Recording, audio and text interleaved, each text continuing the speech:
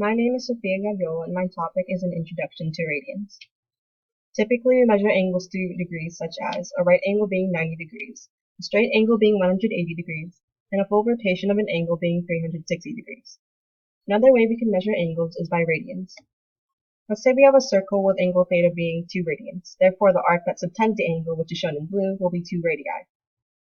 The entire circumference in terms of radii, with the radius having a length of r, is 2 pi r.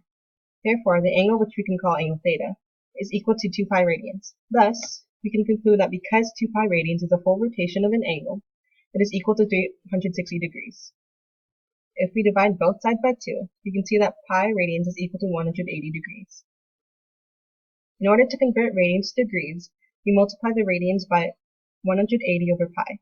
For example, to convert 4 pi over 3 radians, we multiply it by 180 over pi. Then, we cross-cancel and are left with 4 times 60, which equals 100 degrees.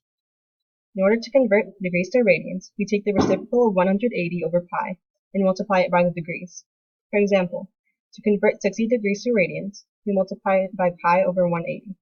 Then, we cross-cancel and are left with 1 times pi over 3, which is pi over 3 radians.